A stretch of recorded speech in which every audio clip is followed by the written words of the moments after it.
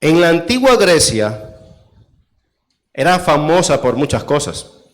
Por ejemplo, era famosa por sus poderosas ciudades-estados. Era un centro de innovación tecnológica y arquitectónica.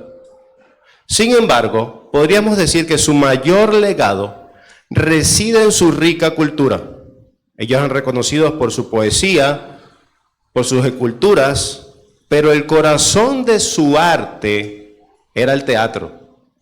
Y por supuesto, si hablamos de teatro, tenemos que hablar de sus actores. Y los actores griegos eran conocidos como los hipócrates. Ellos utilizaban máscaras para intentar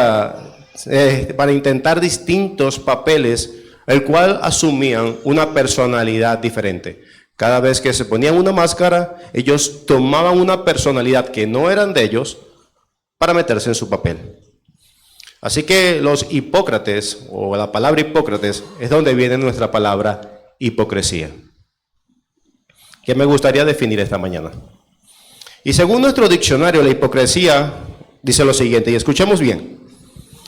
La hipocresía es el deseo o la necesidad de esconder o fingir nuestros sentimientos, motivaciones reales, opiniones, virtudes, cualidades o creencias con los demás, proyectando una imagen falsa o irreal de nosotros mismos para lograr un beneficio propio. Entonces, una persona hipócrita es la que finge virtudes o creencias que no tiene para proteger su reputación o para sacar algún bien. ¿Y por qué esta definición de la hipocresía es tan importante para nosotros esta semana? Es porque ahora nos permite ver objetivamente y con una mente informada cómo luce la hipocresía y cómo debemos corregirla. Por eso mi argumento para ustedes esta mañana es el siguiente. La corrección bíblica nos protege de la hipocresía. Lo repito. La corrección bíblica nos protege de la hipocresía. Y vamos a exponer nuestro texto, nuestro pasaje en 2 puntos. Punto número 1. ¿Cómo luce la hipocresía? Desde el verso 11 al verso 3. Y punto número 2. ¿Cómo debemos corregir la hipocresía? Amén. Así que lo vamos a estar estudiando en esos 2 encabezados, en esos 2 puntos. Y antes de abordar nuestros puntos, necesitamos recordar lo que hemos visto hasta ahora en nuestra serie de los Gálatas a manera de contextualización. Recuerden, hemos visto varios sermones que nos han traído hasta aquí. Y como saben, en la iglesia o en la región de los Gálatas se habían introducido unos falsos maestros, falsos creyentes, trayendo una especie de evangelio envenenado. Es como que de lejos parecía bien, parecía que solamente era puro, pero de cerca estaba envenenado.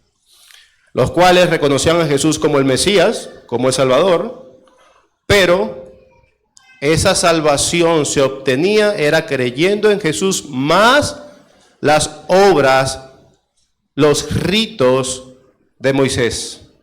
Tienes que creer en Jesús, pero primero tienes que someterte a la circuncisión, a las leyes de Moisés, etc. Un evangelio envenenado. Y no solo eso, estos hombres malvados, sabiendo que el apóstol Pablo se oponía a ellos, porque el apóstol predicaba el evangelio de la gracia, de la que es la salvación solo por la fe en Cristo, estos judaizantes buscaban socavar la integridad de Pablo. ¿Por qué? Porque si nosotros socavamos la integridad de este hombre que predica un evangelio que se opone al evangelio judaizante, es fácil, teníamos que socavar su integridad primero. Incluso argumentando estos judaizantes que ellos venían de parte de los apóstoles de Jerusalén, los superapóstoles, los que tenían alta reputación. Nosotros venimos de ellos. Pero era falso. era mentira, como lo vimos en los sermones anteriores. A lo que Pablo argumenta esta mentira en la iglesia de Galacia, como lo vimos en la prédica anterior, que no solamente los apóstoles en Jerusalén aprobaban su apostolado, no solamente los apóstoles en Jerusalén aprobaban que los gentiles no tenían que circuncidarse, como lo vimos con Tito, ¿se acuerdan? Aquí estaba Tito. Y no solamente eso, sino que le dieron la diestra. Ellos, como decir, vamos a comparar las hojas, los textos del evangelio. A ver, Pablo, ¿cuál es tu evangelio? Este. Y ellos compararon su evangelio. Es el mismo. Nosotros creemos exactamente lo mismo. Entonces, Pablo tenía el sello apostólico. No solamente por Dios, sino que los demás apóstoles comprobaron que ese era el mismo evangelio.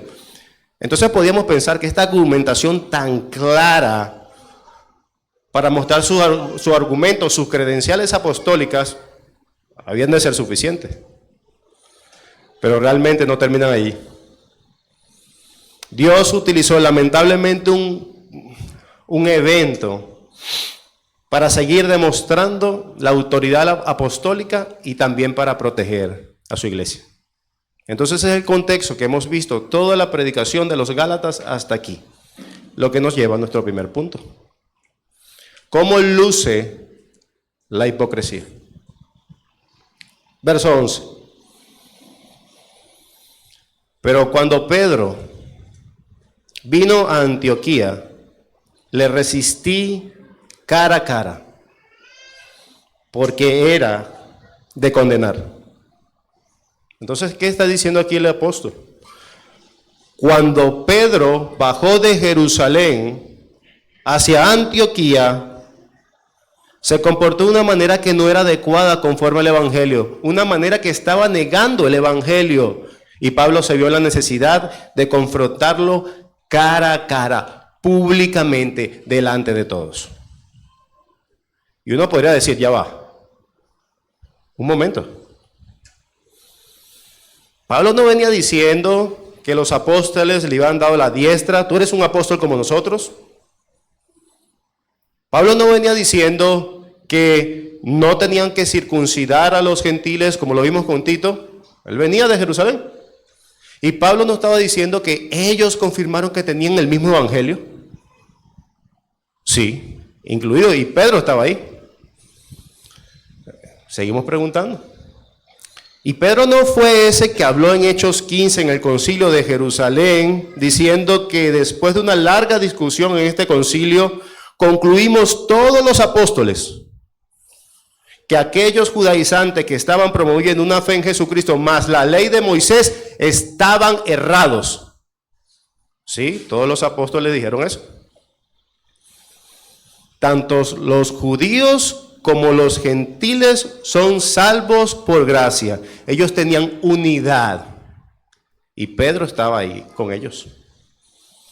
Ellos lo que estaban diciendo, ellos tuvieron unidad en el mensaje del evangelio. ¿Y cuál era?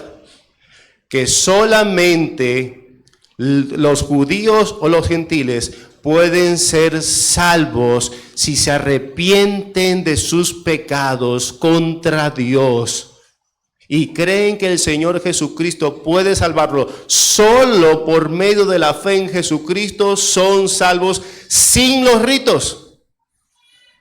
Eso es lo que dijeron. Amén a eso. ¿Estamos de acuerdo? ¿Y eso lo dijo Pedro? Sí. Entonces, ¿cómo pasó de esto? Lo confronté personalmente y públicamente. ¿Qué pasó? Pues lo vemos en el verso 12. Vemos la causa. Pues antes que viniesen algunos de parte de Jacobo, comía con los gentiles. Pero después que vinieron, se retraía y se apartaba porque tenía miedo de los de la circuncisión. ¿Qué está pasando aquí? Pues cuando Pedro, generalmente Pablo siempre subía a Jerusalén, pero esta vez Pedro bajó a Antioquía, a Siria. Y llegó un tiempo que todo era color de rosa. Pedro comía con los gentiles. No había absolutamente problema. Incluso comía incluye que partían el pan. Ellos quieren decir que él también, Pedro, junto con los gentiles, comían la cena del Señor. Todo era bello, armónico. Pedro era ese que le había revelado Dios, que cuando dijo, hey, en Hechos 10, yo no como nada inmundo, Señor. No llames inmundo a lo que yo he purificado. Él entendía eso. Esta era su convicción. Dios le había dicho que podía comer, que las leyes ceremoniales ya habían sido abolidas.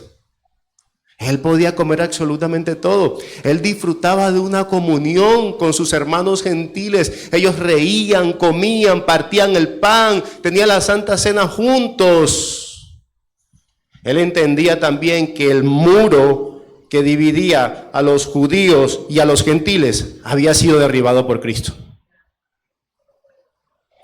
Esa era la convicción de Pedro. Pedro sabía que el evangelio era para toda raza, lengua y nación. ¡Wow! Pero qué hermoso esto. Pero, todo cambió. Llegaron los judaizantes, los legalistas, los de Jacobo, los de la circuncisión. Es como si llegaran diciendo algo así: hey, ¿qué pasa en esta iglesia? ¿Qué es esto? ¿Qué quiere decir esto? Judíos comiendo con gentiles. Y la idea era esta, porque según el Talmud, las leyes de las tradiciones judías hablaban de los gentiles de esta manera. Ellos se referían que los gentiles eran unas bestias. Los gentiles, para quien no lo saben, eran lo que no eran judíos. Eran unas bestias. Los gentiles eran no humanos. Los gentiles eran perros. Entonces estaban llegando, viendo esto, los judaizantes dijeron: ¿qué hacen los judíos comiendo con las bestias? ¿Qué hacen los judíos comiendo con los no humanos? ¿Qué hacen los judíos comiendo con los perros? Es decir, wow. Seguro Pedro le dijo que estaban equivocados. Porque Pedro había dicho en Hechos 10:34, cuando él entendió por parte de Dios, y él dice, literalmente cito: en verdad comprendo que Dios no hace acepción de personas, y esto entre judíos y gentiles. Dios salva a judíos y a gentiles por medio de la gracia. Eso lo había dicho Pedro. Dios no hace acepción de personas. ¿Pero qué estaba haciendo Pedro? Él estaba haciendo acepción de personas. ¿Por qué? Por miedo a los judaizantes. Y básicamente este miedo que habla aquí es un miedo a que los judaizantes destruyeran su reputación en Jerusalén, diciéndole: hey, ya este no es judío. Tenían miedo a los hombres que destruyeran su reputación. Por medio de los hombres, por miedo a los hombres, por la presión social, Pedro se apartó de la familia que Dios había ganado por su sangre. Dios había ganado por su sangre una familia judía y gentil que eran salvos por medio de la gracia, y Pedro había dicho: por la presión social, yo no ando con ellos. Y recuerdan, no es que Pedro creía otra cosa, él creía lo que creía, pero en ese momento comenzó a simular que, bueno, yo soy judío. Y nosotros podíamos pensar con aires de superioridad: Pedro, ¿cómo se le ocurre a Pedro? ¿Cómo se le ocurre a Pedro separarse de sus hermanos? ¿Cómo Pedro va a hacer esto? Pero hermanos, seamos sinceros. La presión social luce de muchas formas en nuestra vida. Y yo creo que no solamente Pedro luchó con eso. Nosotros también hemos experimentado temor a los hombres, ¿o no? Por ejemplo, podemos empezar en casa incluso. Aquel padre o madre que sus hijos son abiertamente contrarios al Evangelio, que no pueden escuchar nada del Evangelio, nada de Jesús. Ya no quiero escucharte más. Y el padre o la madre tienden a decir, ¿será que no tengo que hablar más del Evangelio porque no quiero perder el amor de mi hijo? No quiero, yo lo amo. ¿Será que no tengo que hablar del Evangelio? ¿Será que tengo que vivir de una manera? ¿Será que tengo que vivir en una prisión en mi propia casa? Eso es temor a los hombres. O el otro extremo, hablando de los hijos. Ya los hijos están adultos, fuera de la casa, tienen hasta nietos. Le dicen, mamá, papá, vengan a la casa a visitar. Pero eso sí, por favor, no hablen de Jesús. Yo no quiero perder a mi hijo ni a mis nietos, yo quiero disfrutar de ellos. ¿Sabes qué? Vamos a ir y no vamos a hablar de Jesús. Eso es miedo a los hombres. Pero no termina allí. Jóvenes cristianos, creyentes, que se han arrepentido de sus pecados, en el liceo o en la universidad, ¿te has sentido alguna vez presionado por un grupo social, por tus compañeros de clase, para negar la fe? ¿Qué van a pensar de mí? Si le digo que soy cristiano, ya no voy a encajar en este grupo. Yo creo cosas, yo sé que Cristo es mi Salvador, yo sé que tengo que honrarle, yo sé, pero la universidad es difícil. Dios me entenderá. Eso es miedo a los hombres. En el trabajo, te expones a conversaciones, no dices nada, incluso te rodeas de gente que constantemente te arropa para que piensen como ellos y tú sabes que es incorrecto, pero no dices nada para que en el trabajo no te aborrezcan. Tú sabes que lo que están diciendo, lo que están hablando es pecaminoso. Y no hablo que salgas del trabajo, pero que hables el mismo lenguaje que ellos, para que no diga que eres un fanático. No lo hago porque temo que me execren, que me hagan un lado. Eso es miedo a los hombres. ¿Y qué tal con miedo a la aprobación? Y yo creo que este es uno de los pecados que todos los líderes experimentamos. Todos. Wow, somos adictos a los buenos consejos, a la buena palmadita en la espalda, lo hiciste bien, y nos convertimos en adictos a eso.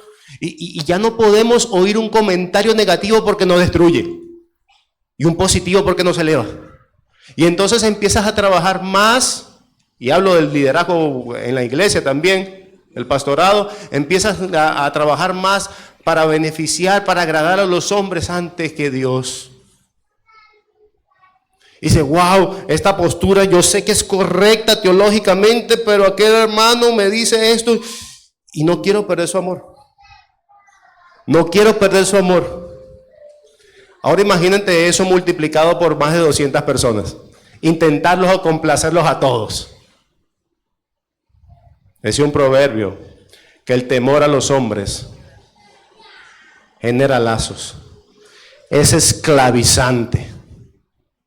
Eso también es temor a los hombres. ¿Ves que Pedro no era el único que experimentaba esta presión social? No era el único. Decía el pastor a Miguel Núñez que hay una fórmula para echar fuera ese temor, y es el amor. El amor echa fuera el temor. Pero aquí en este texto la fórmula está invertida. El perfecto temor está echando el amor. Está dividiendo. Se está convirtiendo en dos iglesias, una iglesia judía y una iglesia gentil. El temor está dividiendo la iglesia. El temor a los hombres, al que dirán, está dividiendo la iglesia. Qué terrible. Pero ¿saben cómo la Biblia llama a este comportamiento? Una persona que finge creencias que no tiene. Él sabe que es incorrecto, pecaminoso, pero igual la hace sin importar las consecuencias. Él lo hace para proteger su reputación o para sacar algún beneficio. La Biblia llama a eso hipócrita. Cuando te comportas de una manera que tú sabes que es incorrecta, usted saca su máscara. Saca su máscara. Y te estás comportando por temor a los hombres. Nos estamos comportando por temor a los hombres como algo que nosotros sabemos que está mal. Eso es hipocresía.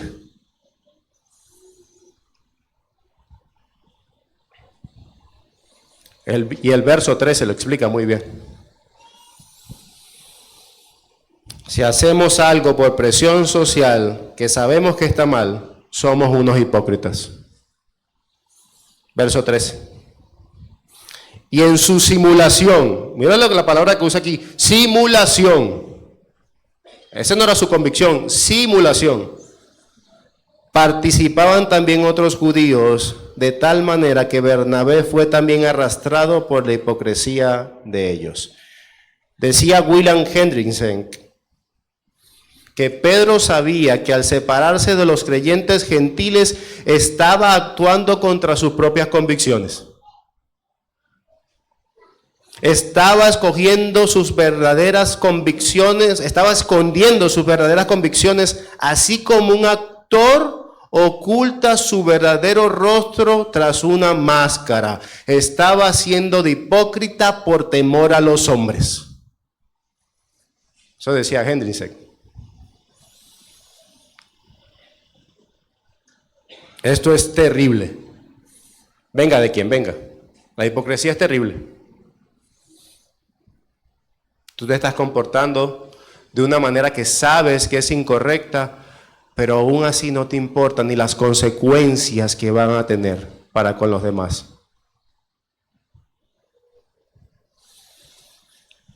Y aunque cualquiera es terrible esto, Pedro no era cualquier creyente.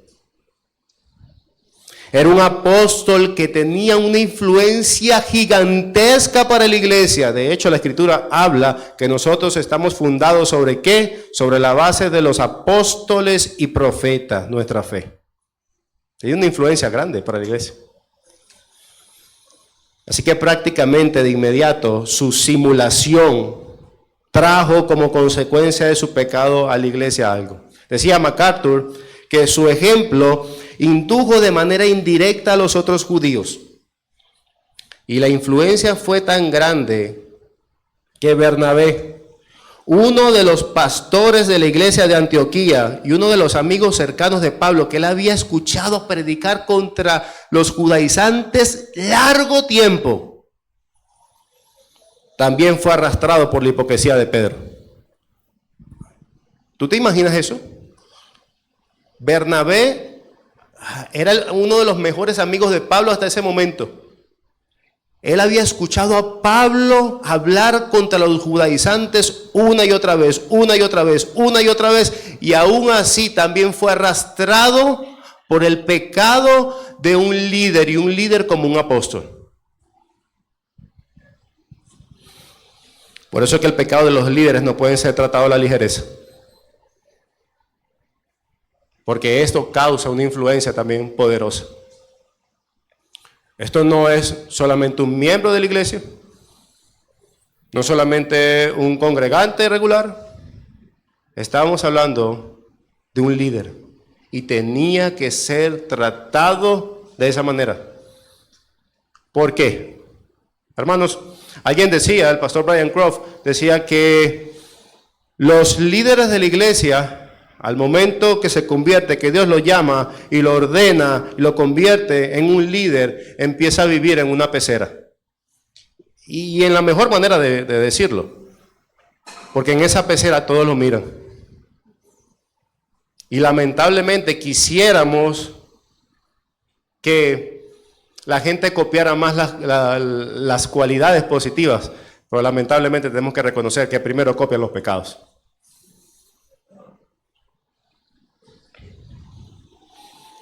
El pecado de los líderes tiene que tratarse de manera diferente. El puritano William Gurnall comenta sobre los pecados del liderazgo de esta manera. Los pecados de los maestros son los maestros del pecado. ¿Y qué quiere decir esto? Que si el líder peca y no es reprendido, no es exhortado para que cambie, está enseñando a pecar a toda la congregación. Por eso es que el pecado del maestro es sumamente peligroso. Si el líder tiene temor a los hombres, ¿qué va a pasar? Toda la congregación va a temer a los hombres. Y es lo que estaba pasando aquí.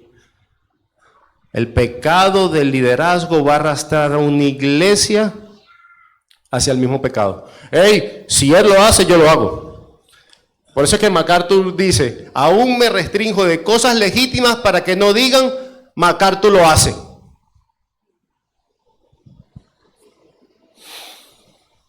Toda la iglesia temerá a los hombres si el liderazgo teme a los hombres. Y la única cura del temor a los hombres, ¿saben qué es? El temor a Jehová. Tú no quieres temer más a los hombres, teme a Jehová. Teme a Jehová. Absolutamente en todo, teme a Jehová. Y Pablo lo cita en Gálatas 1:10. ¿Sabes qué? Por decirte la verdad, me vas a considerar mi enemigo, pues yo sirvo primeramente a Dios antes que los hombres. Decía alguien que si deseas agradar a Dios, ya no importa a quién agrades.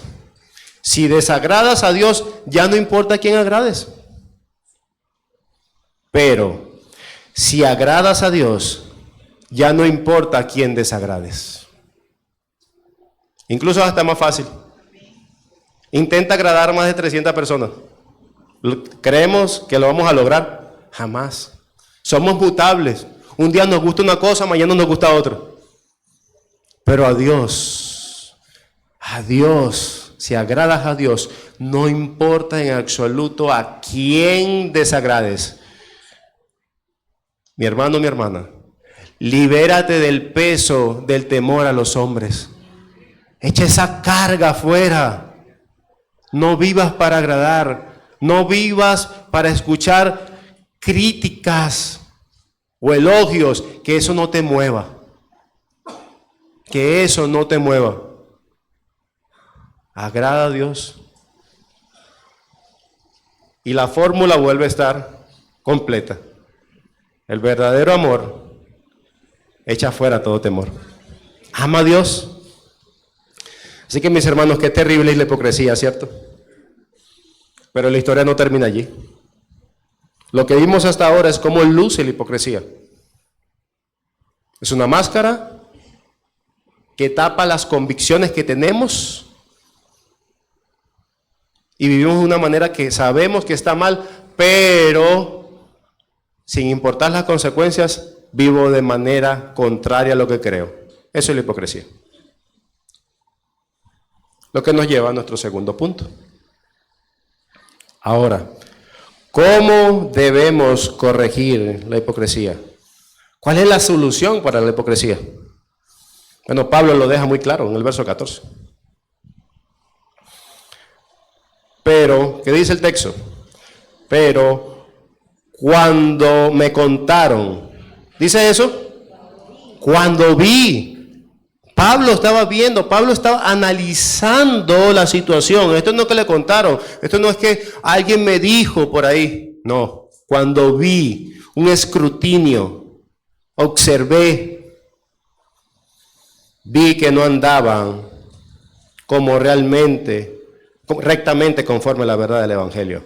Cuando vi que Pedro no andaba rectamente conforme a las implicaciones del Evangelio, cuando vi que estaba caminando torcidamente hacia la oscuridad, que lo había reprendido bastante, cuando vi que estaba participando en la herejía judaizante, cosa que he querido erradicar de la iglesia, porque es un veneno, es como si Pablo estuviese diciendo eso,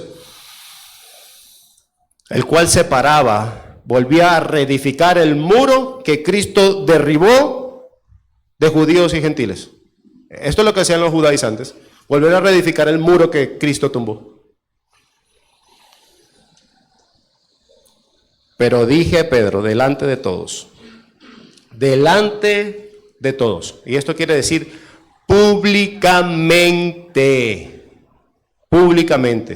y algunos dirán, sobre todo nuestra mente moderna, ¿por qué no llamó a Pablo aparte? ¿Por qué no lo llamó? Hermanos, aquí se estaba jugando el futuro de la iglesia. Esto era sumamente importante. Y de la misma manera que Pedro tenía que escucharlo públicamente porque pecó públicamente, esto le iba a traer beneficio a la iglesia para saber, ¿será que ese es el evangelio real? No. Cara a cara, lo confrontó públicamente, cara a cara. Y aquí tenemos que aprender muchas cosas de lo que Pablo hizo. Cuando alguien está, porque esto es lo que estaba pasando, si esto continuaba, la iglesia se iba a dividir. Tenemos que aprender de Pablo, que confrontó públicamente a Pedro porque pecó públicamente. Y quiero dejar claro, Pablo no venía a Pedro con un aire de superioridad. Para nada. Lo que motivaba a Pablo era proteger a su iglesia, a la iglesia del Señor, y restaurar también al apóstol. Un hombre que fue utilizado grandemente después de estas exhortaciones. Y esto es parte de la santificación progresiva del cual todos estamos involucrados también. Porque vemos a este Pedro reincidiendo en el temor a los hombres. Alguien que era impulsivo ahora temía. Temió el momento que negó al Señor Jesucristo, fue reprendido, fue exhortado, cara a cara, también por el Señor. Y una vez más vuelve a pasar y fue confrontado por su hipocresía cara a cara. Por amor a la iglesia y también por amor a Pedro. Calvino decía que este ejemplo nos enseña de aquellos que han pecado públicamente deben ser castigados en público, en cuanto tiene que ver con las doctrinas fundamentales de la iglesia. Y el propósito es que el pecado de ellos, al no ser castigado, no llegue a ser un ejemplo dañino para otros. Tú estás causando daño, Pedro, me vi en la necesidad de acercarme a ti públicamente a reprenderte cara a cara. Lo que estás haciendo trae consecuencias nefastas para la iglesia. Y vemos en un futuro que Pedro aceptó la corrección, porque de hecho su relación se fortaleció. Vemos que también a través de la iglesia y la historia de la iglesia, ese Pedro que aquí estaba temiendo, llegó un momento a predicar el evangelio con tanta vehemencia que dice, hey, no es digno que me crucifiquen como el Señor, crucifíquenme al revés. Eso es lo que dice la historia de la iglesia. Como defendía la predicación, y vemos cómo este hombre que temía después se convirtió en uno de los hombres más amorosos para la iglesia, como lo vemos en su carta de Pedro más adelante.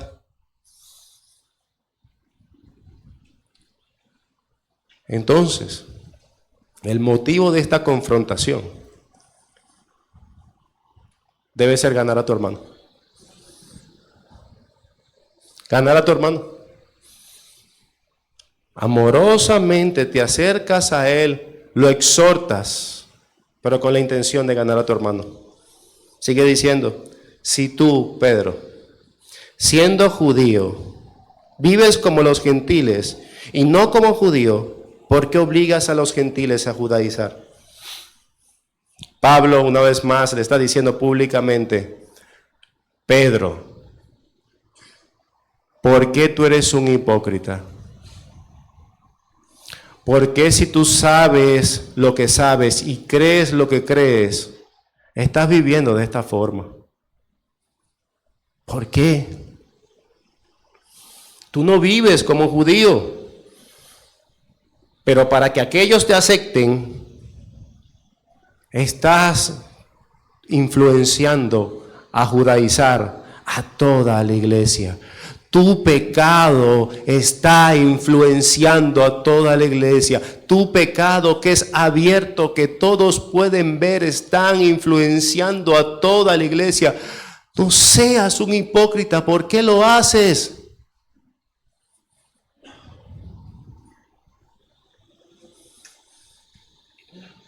Pablo lo está haciendo públicamente, pero también amorosamente. Porque ese es el fin de toda la exhortación. Ese es el fin de cada una de las correcciones. De hecho, lo vemos en Mateo 18, 15 al 20. Que cada uno de los pasos para corregir a tu hermano es para ganarlo. Para que él vea que su pecado es un obstáculo para glorificar al Señor. Que su pecado puede contaminar absolutamente todo y más en el liderazgo. Yo vengo ante ti para ganarte. Es como si Pablo lo estuviese diciendo una vez más, mi hermano, no estás caminando rectamente conforme al Evangelio. Estás intoxicado del temor a los hombres. El temor a los hombres se ha convertido en tu brújula y no Dios. Yo te amonesto, yo te exhorto, yo te reprendo, porque yo quiero ser muralla, yo quiero ser tropezadero para tu pecado, para que no peques contra Dios. La hipocresía se corrige con amonestación. Amonestación bíblica, pero amonestación bíblicamente amorosa. Hermanos, el Espíritu Santo pone en celo en nuestros corazones para proteger el Evangelio, y eso es lo que estaba pasando aquí. Pero el mismo Espíritu Santo nos convence de pecado cuando somos amonestados por nuestra hipocresía y del temor al hombre. Y quisiera terminar con estas palabras de Thomas Manton, hablando del verdadero amor de un hermano. Y él dice, considera como tus mejores amigos a aquellos que desean impedir que peques contra Dios. Lo repito.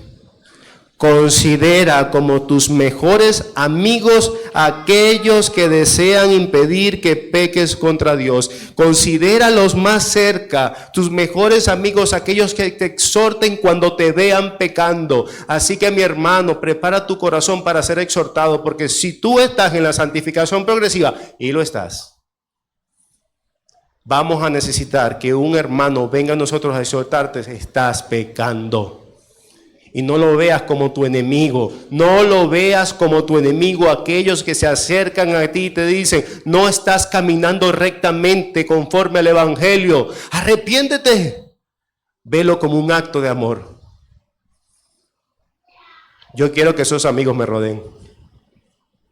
Yo quiero estar lleno de amigos que no me lisonjeen, sino que me digan con claridad, amorosamente, por querer ganarme, es decir, hermano, estás pecando.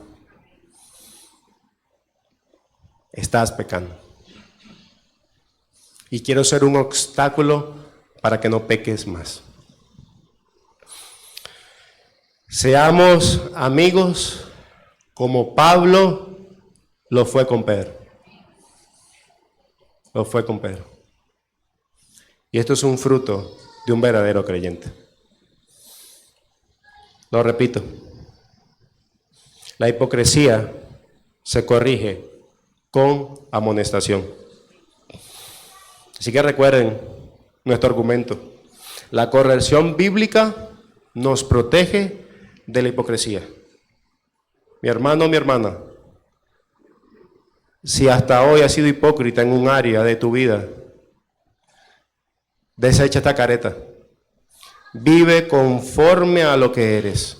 Tú eres un hombre, una mujer que se ha arrepentido de sus pecados, que ha creído en Cristo como Señor y salvación. Tú eres un cristiano. Tú no necesitas careta alguna para vivir en este mundo. A veces pensamos,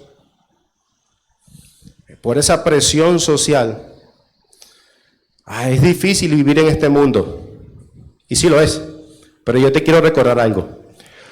Tú y yo vivimos en el mundo de Dios, no en el mundo de los incrédulos. Yo te quiero recordar algo. Tú y yo no solamente vivimos en el mundo de Dios, vivimos en el mundo donde Dios es nuestro Padre. Así que no hace falta que vivas en hipocresía. Por favor, que esto sea una amonestación, una exhortación amorosa. Y cuando salgas de aquí, desecha esa careta. Deséchala. Y si ves algún momento que yo estoy sacando mi careta, oponte a mi pecado. Y yo me voy a poner al suyo. Dios quiera que nuestra vida no sea para congraciarnos a nosotros, sino para amar y obedecer solamente a Dios. Ustedes se comprometen que van a ser un obstáculo para mi vida. Si se hizo pecar, pues yo voy a ser un obstáculo para su pecado también. Porque eso es lo que hace una iglesia. Oremos. Señor Padre, Dios mío, ¿cuántas áreas en nuestra vida tenemos un montón de caretas? Tenemos que reconocerlo. Pero por favor, Dios, ayúdanos a través de esta palabra, de esta realidad, a desecharlas todas y a vivir conforme a lo que somos, creyentes, cristianos, que te den gloria, a no tener una careta para con el mundo, a ser íntegros en todo el camino cristiano. Por favor, Dios, por favor, trabaja en nosotros, trabaja en la Iglesia Bautista Reformada, Trono de Gracia, y que no seamos hipócritas ni contados con los hipócritas, sino fieles a ti. Ayúdanos a temer solamente a tu nombre. Te lo pedimos en nombre de Cristo Jesús. Amén.